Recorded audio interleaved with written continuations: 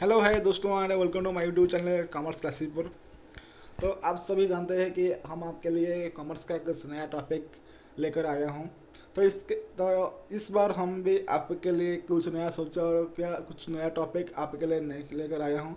तो हम कॉमर्स हम जानते हैं कि कॉमर्स का बहुत से पेपर है, जैसे कि अकाउंटेंसी होगा, कॉस्ट अकाउंटिंग और टैक्सेशन इन जीएसटी वगैरह, और लॉ, इकोनॉमिक्स एंड बहुत सारे पेपर है, जैसे कि हम मार्केटिंग है भी, और इसके सारे बहुत सारे भी है।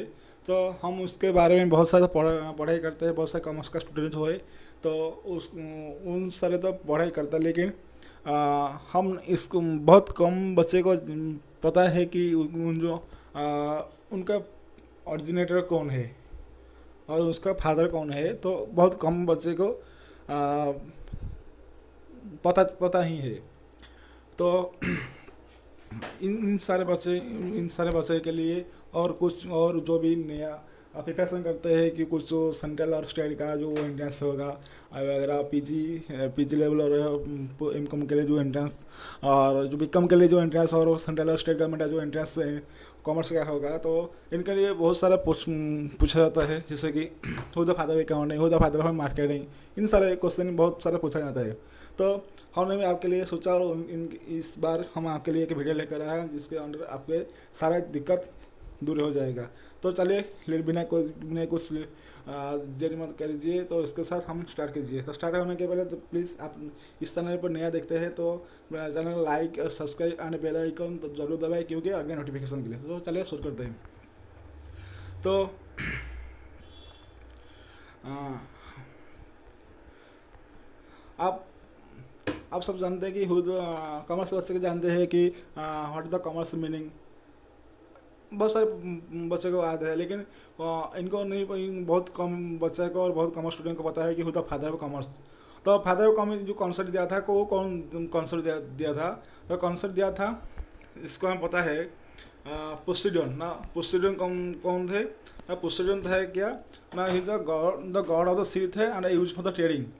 क्योंकि उनको बोला जाता है god of the sea and use for the, क्योंकि ये जो गॉड ऑफ द सी होते हैं पोसिडन, उनको ये पहली बार ट्रेडिंग किया था समुद्र में, तो इसको बोला जाता है Poseidon. Poseidon the father of commerce. And ah, उसके बाद सही उसके बाद who the father of accounting ना। फादर ऑफ अकाउंटिंग बोला जाता है कि इसको ना, फादर ऑफ अकाउंटिंग बोला जाता है लुका पासिलो। लुका पासिलो द फादर ऑफ अकाउंटिंग। तो क्यों बोला जाता है? क्योंकि जो कॉन्सेप्ट है अकाउंटिंग कॉन्सेप्ट है, ये 1494 में पहले दिया था डबल एंट्री बुक के लिए। तो नेक्स्ट हम जानते हैं कि who the father of commerce and who the father of accounting. Then उसको जानते हैं who the mother of accounting. In this question बहुत सारे क्वेश्चन बस कॉमर्स बच्चे के माइंड में आता ही होगा कि who the father of account, who the father of accounting, who the father of accounting in India. तो who the mother of who the mother of accounting, इसको बहुत बच्चे को नहीं आता है और याद भी नहीं आता।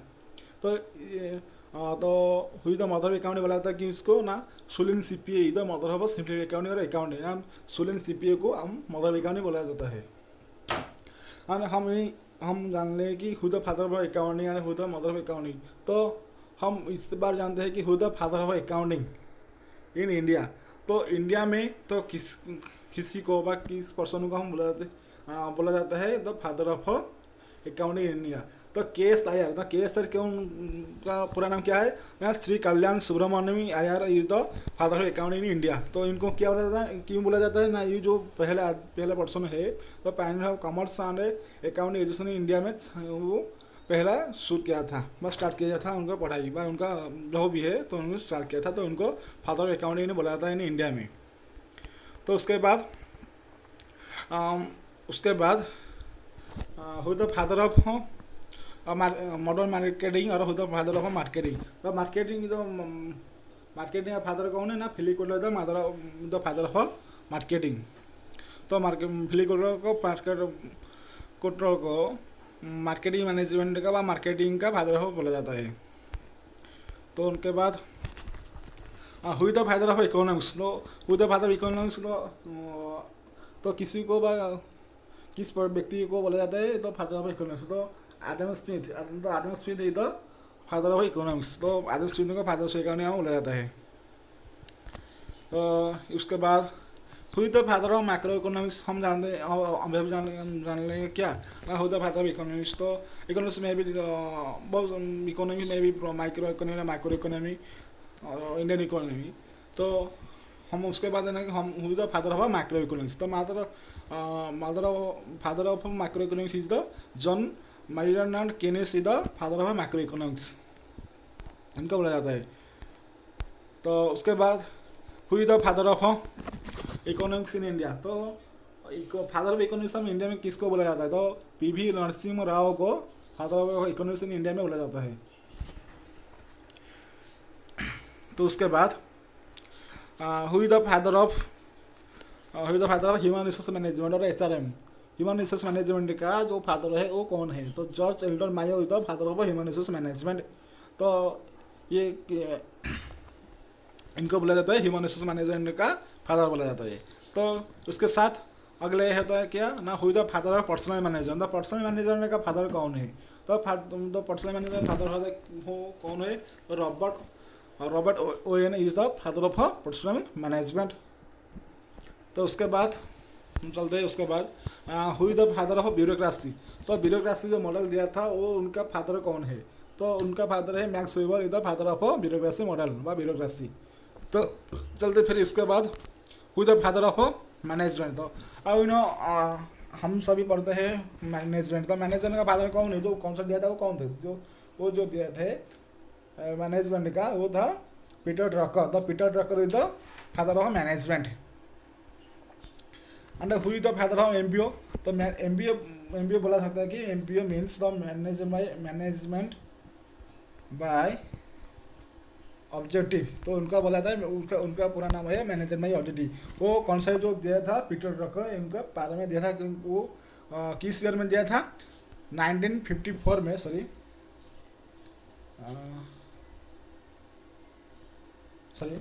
वो दिए थे 1954 में कॉन्सेप्ट दिया था इन द बुक्स ऑफ उनके बुक्स ऑफ इन बुक्स से प्रेजेंट किया था। तो उसके बाद हुई the father of principle management. The principle management का फादर कौन है? तो प्रिंसिपल फादर ऑफ प्रिंसिपल उनको बोला जाता है और उनको क्या बोला जाता है ना, एडमिनिस्ट्रेशन ऑफ मैनेजमेंट बोला जाता है। किसको ना, हेनरी फैले the father of principle of management और एडमिनिस्ट्रेटिव मैनेजमेंट। और उनको बोला जाता है क्या ना, father of modern of management भी उनको बोला जाता है।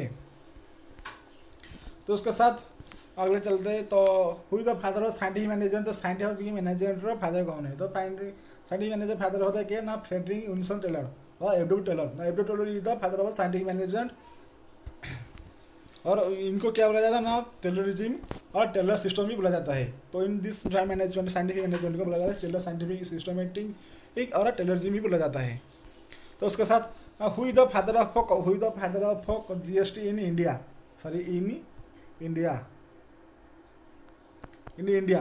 तो who the father of GST in India में वो कौन थे? वो थे Atal Bihari Vajpayee and his government the father of GST in India. तो इनको बोला जाता है क्योंकि जो फादर ऑफ जो GST का कॉन्सेप्ट दिया था France fast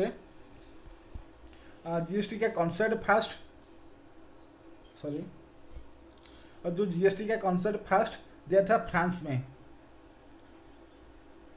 France in this concept establish किया था 1954 में एस्टेब्लिश किया था।